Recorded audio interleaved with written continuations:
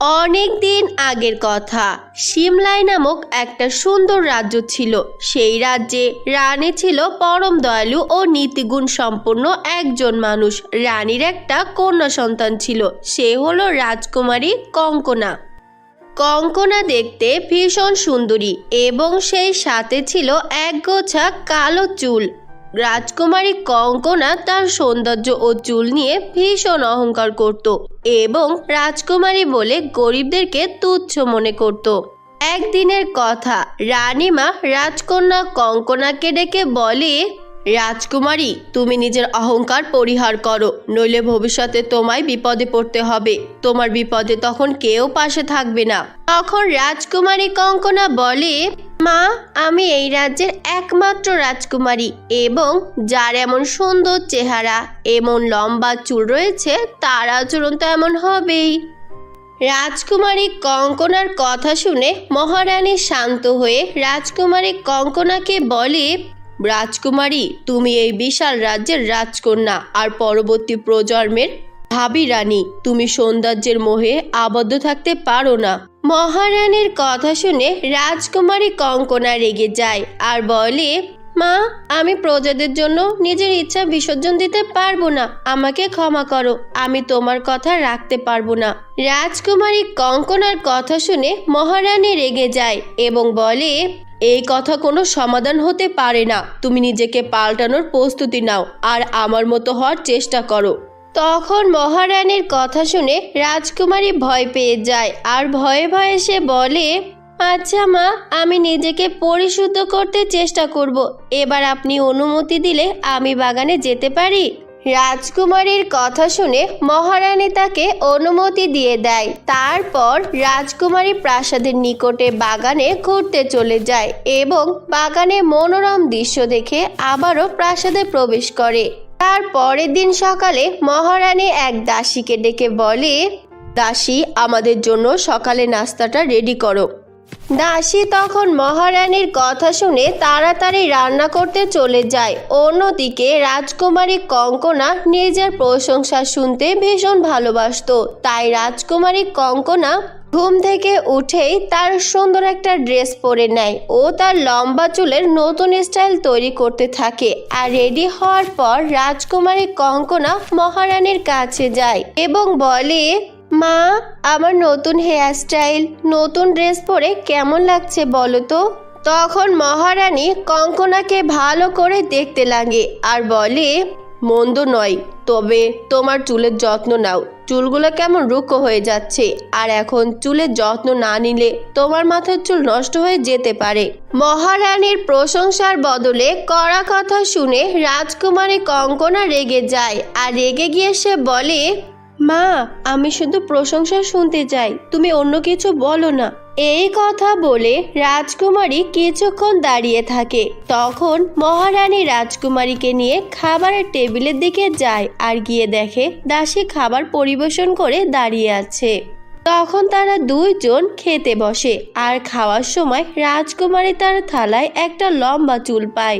তা দেখে রাজকুমারী কঙ্কনা রেগে যায় আর বলে, দাসী, তুমি কেমন করে রান্না করেছো? খাবারে চুল আসলো কি করে?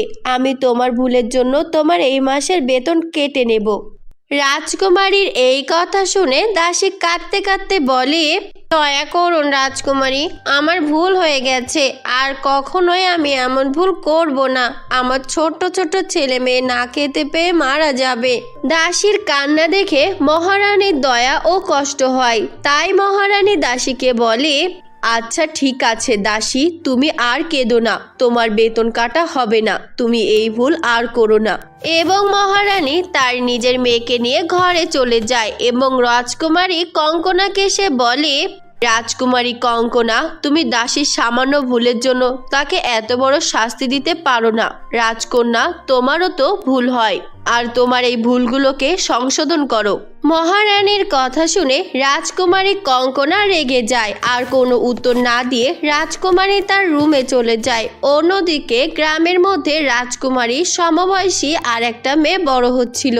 মেয়েটির নাম হলো মিলি। মিলি রাজকন্যা থেকে আরো বেশি সুন্দরী ও ঝলমলে কালো চুল ছিল। তাই দিয়ে মিলি কোনো অহংকার করত না, তার মায়ের সাথে সব কাজ করে দিত। এক সকালে মিলি তার মায়ের কাছে যায় এবং তাকে বলে, মা, তুমি জামা কাপড়গুলো পরিষ্কার করেছো? আমি তোমার সাহায্য করব নাকি ঘর পরিষ্কার করব?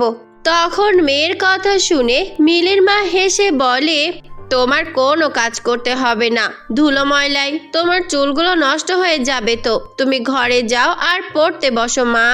মায়ের কথা শুনে মিলি সেখান থেকে চলে যায়। তখন ওই পথ দিয়ে যাচ্ছিল রাজপ্রাসাদের এক দাসী। সে মিলির সৌন্দর্য ও চুল দেখে মুগ্ধ হয়ে যায় আর রাজপ্রাসাদে গিয়ে অন্য দাসীদের কাছে মিলির সৌন্দর্যের প্রশংসা করতে থাকে। তখন সেখানে রাজকুমারী কঙ্কনা এসে উপস্থিত হয় এবং তাদের কথা শুনে দাসীর ওপর রেগে যায় আর সে বলে, তোমার এত বড় সাহস, তুমি রাজপ্রাসাদে এসে রাজকুমারীর প্রশংসা না করে অন্য মেয়ের প্রশংসা করছো?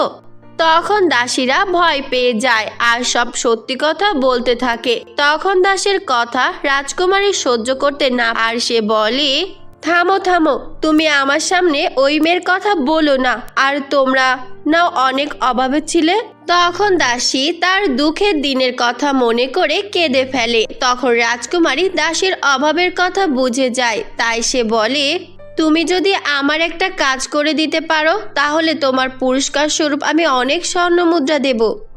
রাজকুমারীর কথা শুনে দাসী তার কষ্টের কথা ভাবে এবং সে লোভে পড়ে রাজি হয়ে যায়। রাজকুমারী দাসীর কথা শুনে ভীষণ খুশি হয় আর সে বলে, দাসী, তুমি রাতের অন্ধকারে ওই মেয়ের বাড়িতে যাবে আর মেয়ের কালো ঝলমলে চুল কেটে দিয়ে চলে আসবে। বুঝতে পেরেছো? রাজকুমারীর কথা মতো দাসী রাতে মিলিদের বাড়িতে যায় এবং মিলির ঘুমের জন্য অপেক্ষা করতে থাকে। আর একটু পর মিলি ঘুমিয়ে পড়ে। সেই সুযোগে দাসী ঘরে ঢোকে এবং মিলির চুল কেটে দেয়। অন্যদিকে সকাল হয়ে যায় আর মিলি তার চুলের যত্ন করতে যায়। তখন মিলি দেখে তার চুলগুলো একেবারে খাটো ও নষ্ট হয়ে গেছে। এই দৃশ্য দেখে মিলি তখন কান্না শুরু করে আর কাঁদতে কাঁদতে মিলি ঘর থেকে বাইরে চলে যায় আর কান্না করতে করতে একটা বনে চলে যায় আর গাছের নিচে বসে থাকে। তখন ওই দিক দিয়ে উড়ে যাচ্ছিল এক জাদুর পরী আর সে মিলির কান্না দেখে পরী তখন নিচে নেমে আসে এবং পরী বলে, ও মেয়ে, তুমি কাঁদছো কেন? তোমার কি হয়েছে? হঠাৎ পরীর কথা শুনে মিলি চমকে যায় আর সে বলে, কে আপনি? আমি কোনো ভুল কাজ করিনি, আপনি আমাকে ক্ষমা করে দিন, আমি এখনই এখান থেকে চলে যাচ্ছি। মিলির ভয় দেখে ও তার কথা শুনে পরী হেসে বলে, মিলি, তুমি ভয় পেও না, আমি তোমার কোনো ক্ষতি করব না, আমি তোমাকে সাহায্য করতে চাই। পরীর কথা শুনে মিলি স্বাভাবিক হয় আর তার সাথে ঘটে যাওয়া সব কিছু খুলে বলতে থাকে। তখন মিলির কথা শুনে পরী বলে, মিলি, তুমি কেঁদো না, আমি তোমার জাদুর চুল দেব যা তোমার পরিবারের অভাব পূরণ করবে ও গ্রামের লোকেদেরকে সাহায্য করতে পারবে। তারপর পরী তার জাদু শক্তি দিয়ে মিলিকে জাদুর চুল উপহার দেয়, কিন্তু চুলগুলো কালোর বদলে সোনা ও রূপার চুল হয়ে যায়। মিলি চুল দেখে অবাক হয়ে যায় আর বলে, জাদুর পরী, আমার এমন চুল হলো কেন?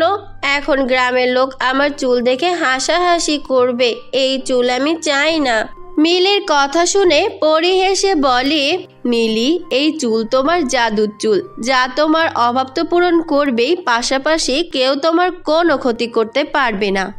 জাদুর পরীর কথা শুনে মিলি খুশি হয়ে যায় এবং মিলি পরীর কাছ থেকে বিদায় নিয়ে চলে যায় আর সেই সাথে জাদুর পরীও অদৃশ্য হয়ে যায়। মিলি তার বাড়িতে পৌঁছে যায় এবং তার মাকে পরীর সব কথা খুলে বলে। সব শুনে মিলির মা অনেক খুশি হয় আর বলে, মিলি, তাহলে আমাদের আর কোনো অভাব থাকবে না, আর তুমি রাজকুমারীর মতো ভালো জামা, ভালো খাবার এবং ভালো স্কুলে পড়তে পারবে। তখন মিলি মায়ের কথা শুনে হেসে বলে, মা, তুমি একদম ঠিক কথাই বলেছ, আর আমার চুল অন্যায় শাস্তি দিতে পারবে, আমাদের আর কোনো চিন্তা নেই। মিলির কথা শুনে তার মা হাসে এবং খুশি মনে মিলির জন্য খাবার আনতে যায় এবং সেই খাবার তারা দুই মা মেয়ে খেতে শুরু করে। একটু পর মিলি তার চুলকে বলে, জাদুর সোনা ও রূপার চুল, তুমি আমাদের জন্য একটা সুন্দর বাড়ি প্রকট করে দাও। মিলির এই কথা বলার সঙ্গে সঙ্গে জাদুর সোনা ও রূপার চুল তাদের জন্য একটা সুন্দর বাড়ি প্রকট করে দেয়। তখন মিলি ও তার মা খুশি হয়ে যায় আর সেই ঘরে তারা মা মেয়ে সুখে শান্তিতে বসবাস করতে থাকে। অন্যদিকে দাসী মিলির জাদু সোনা ও রূপার চুলের সব কথা জেনে যায় এবং তখন দাসী রাজকুমারীর কাছে যায়। দাসী আবার মিলের কথা বলতে থাকে। তখন দাসীর কথা শুনে রাজকুমারী কঙ্কনা আগের তুলনায় আরো বেশি রেগে যায় আর সে বলে, দাসী, আবারও তুমি মিলির ঘরে যাও আর ও ঘুমিয়ে পড়লে তার চুল কেটে নিয়ে চলে আসবে। তার বিনিময়ে তুমি আগের থেকে 4 গুণ স্বর্ণ মুদ্রা পাবে। রাজকুমারীর কথা শুনে দাসী লোভে পড়ে যায় আর একইভাবে সে মিলির বাড়িতে চলে যায় আর রাতের জন্য অপেক্ষা করতে থাকে। একটু পর রাত নেমে আসে। তখন দাসী আগের মতো মিলির ঘরে চুপি চুপি ঢোকে আর মিলির জাদু সোনা ও রূপার চুল কাটতে যায়। তখনই মিলির জাদুর সোনা ও রূপার চুল তার শক্তি দিয়ে দাসীকে দড়ি দিয়ে বেঁধে ফেলে। তখন মিলি জেগে ওঠে আর দাসীকে ধরে ফেলে। তারপর মিলি দাসীকে মহারানীর কাছে নিয়ে যায় আর মিলি তার সাথে ঘটে যাওয়া সব কথাগুলো খুলে বলে। মহারানী সব কথা শুনে দাসীকে তার শাস্তি স্বরূপ অন্ধকার কারাগারে নিক্ষেপ করে আর রাজকুমারী নিজের ভুল শুধরে নেওয়ার কথা বলে। তখন দাসীর শাস্তি দেখে রাজকুমারী নিজের ভুল শুধরে নেয়। তারপর রাজকুমারী কঙ্কনা রাজমহলে সবার সাথে আনন্দে দিন কাটাতে থাকে আর অন্যদিকে গ্রামে মিলি তার জাদুর সোনা ও রূপার চুল নিয়ে তার মায়ের সাথে নতুন বাড়িতে সুখে শান্তিতে বসবাস করতে থাকে।